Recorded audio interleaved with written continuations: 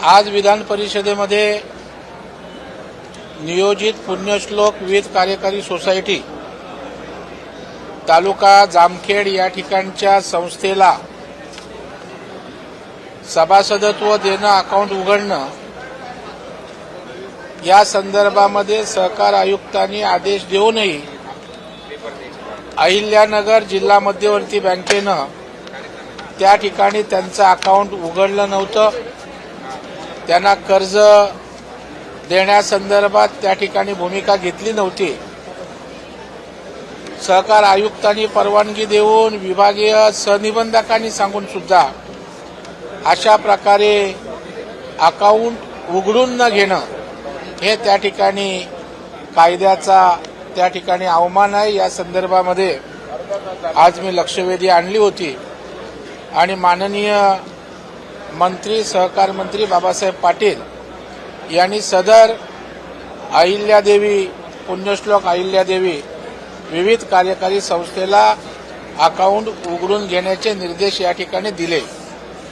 या निमित्तानं अकाउंट उघडण्याच्या प्रश्नावर लक्षवेधीवर बोलत असताना पीक कर्ज, वेगवेगळ्या प्रकारच्या शासकीय योजना या जिल्हा मध्यवर्ती बँक त्या ठिकाणी राबवत असते. परंतु शासनाची जी वेगवेगळ्या खात्यांची अकाउंट्स आहेत ती अकाउंट्स नॅशनलाइज बँकांमध्ये असतात, काही खाजगी बँकांमध्ये असतात आणि त्याच्यामुळं सामाजिक बांधिलकीतनं काम जिल्हा मध्यवर्ती बँका करतात.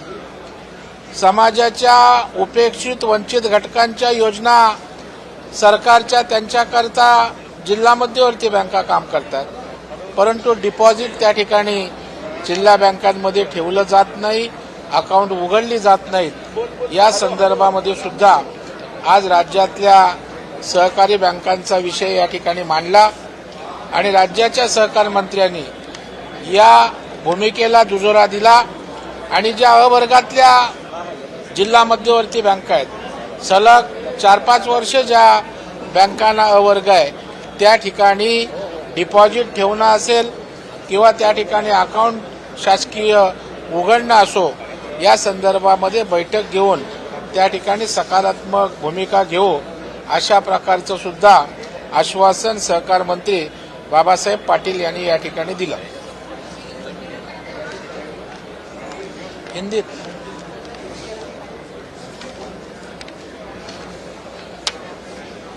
अहिल्यानगर डिस्ट्रिक्ट में जामखेड़ चोंडी यहाँ पे जो पुण्यश्लोक अहिल्या देवी विविध कार्यकारी सेवा संस्था है, यह संस्था रजिस्टर होने के बाद अकाउंट ओपनिंग के लिए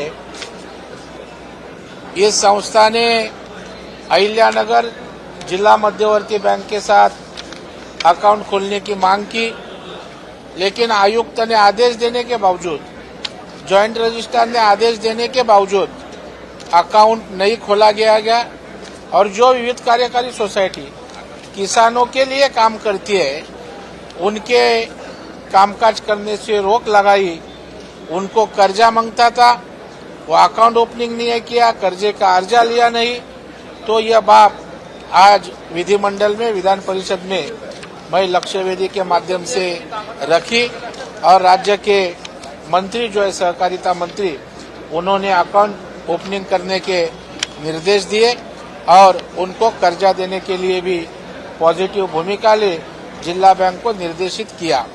इसी बहाने से मैं राज्य सरकार को मांग की कि आज जिला मध्यवर्ती बैंक सशक्त करने की जिम्मेदारी सरकार की है, क्योंकि जब कुछ सरकार का योजना रहे, सरकार की हित की बात रहे तो इम्प्लीमेंट करने का काम जिला मध्यवर्ती बैंक करती है. जो कि क्रॉप लोन है, पीक कर्ज है, वह नेशनलाइज बैंक अपना टारगेट भी पूरा नहीं करती, लेकिन डिस्ट्रिक्ट बैंक अपना क्रॉप लोन का 100% टारगेट पूरा करती है. जो सामाजिक दायित्व है वह निभाने का काम गवर्नमेंट की जो वीकर सेक्शन के लिए स्कीम्स है वह करने के लिए जिला मध्यवर्ती बैंक आगे आती है.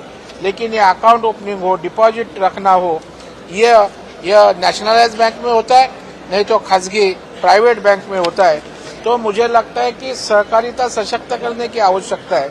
इसलिए जिला मध्यवर्ती बैंक में यह सरकार के महामंडल के सरकार के जो अलग अलग विभाग है उनके अच्छी बैंक है जो ये वर्क की उनमें रखने की मांग की और कर्मचारियों का खाता अकाउंट ओपनिंग करने की भी मांग की। इसी के ऊपर राज्य के सहकारिता मंत्री माननीय बाबा साहेब पाटिल इन्होंने इस विषय को पुष्टि दी और सहकारी जो अच्छे बैंक है जो 4-5 साल एक क्लास बैंक है उनमें अकाउंट ओपनिंग करना और उनको डिपॉजिट रखने के लिए शासन आगे आएगी और उसी के बारे में बैठक करके निर्णय करेंगे, ऐसा सहकारिता मंत्री ने विधान परिषद में मेरी लक्ष्यवेधी के जवाब में बताया।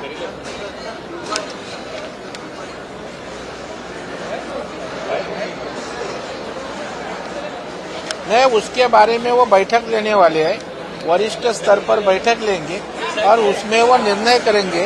एक्चुअली सरकार का निर्णय है लेकिन वो इम्प्लीमेंट नहीं होता है, तो उसी के लिए सहकारिता मंत्री बैठक लेंगे तभी निर्णय के अमल बजावने की बात होगी।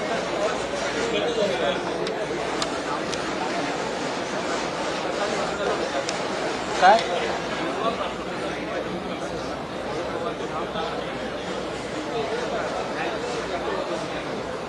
रोहित पवार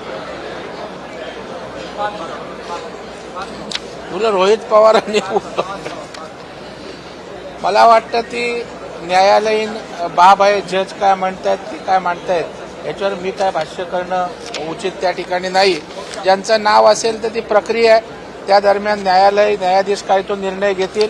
पोलीस तपास करतायत, पोलीस तपासामध्ये या ठिकाणी जी नावं त्यांना इन्व्हेस्टिगेशनमध्ये येतील ती घेतील। मला वाटतं हे नाव घ्या ते नाव घ्या असं करणं मला वाटतं योग्य नाही। 4 दिवस झाले अधिवेशनाला लोकहिताच्या कोणत्या पुरवण्या मागण्या सादर होणार नाही, 75,000 कोटीच्या ज्या पुरवण्या मागण्या त्या ठिकाणी आहेत त्या सगळ्याच लोकहिताच्या आहेत। मूलभूत सुविधा आज शेतकऱ्यांसाठीच, त्याच्यामध्ये 15,000 कोटी रुपये नुकसानग्रस्त शेतकऱ्यांसाठीच आहेत। त्याच्यामुळे मला वाटतं ज्या पुरवणी मागण्या आहेत त्या मेजर शेतकऱ्यांच्या, आता मेजर ही शेतकऱ्यांचे आहे ना, आपत्तीग्रस्त शेतकऱ्यांचे त्या ठिकाणी आहे, सामाजिक न्यायावर त्या ठिकाणी आहे, वेगवेगळ्या प्रकारचे प्रकल्प अर्धवट आहेत त्यांच्याकरता त्या ठिकाणी आहे, पीडब्ल्यूडीच्या काही मागण्या आहेत। त्याच्यामुळे मला वाटतं सर्वसमावेशक असे ज्या आपल्या इन्फ्रास्ट्रक्चरवर सुद्धा त्या ठिकाणी पुरवणी मागण्यांमध्ये अंतर्भाव आहे। त्याच्यामुळे मला वाटतं मोठ्या प्रमाणावरची पुरवणी मागणी आहे। याचं कारण मूळ बजेटपेक्षा च्या तुलनेत याचं कारण की मोठ्या प्रमाणावर आपत्ती आली, निसर्ग आपल्या अतिवृष्टी, त्याच्यामुळे मला वाटतं पुरवणी मागण्या मोठ्या प्रमाणावर त्या ठिकाणी झालेल्या आहेत।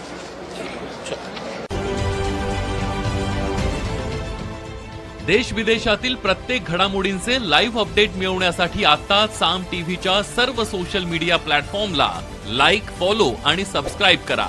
तसंच सर्व नोटिफिकेशनसाठी बेल आयकॉन प्रेस करायला विसरू नका।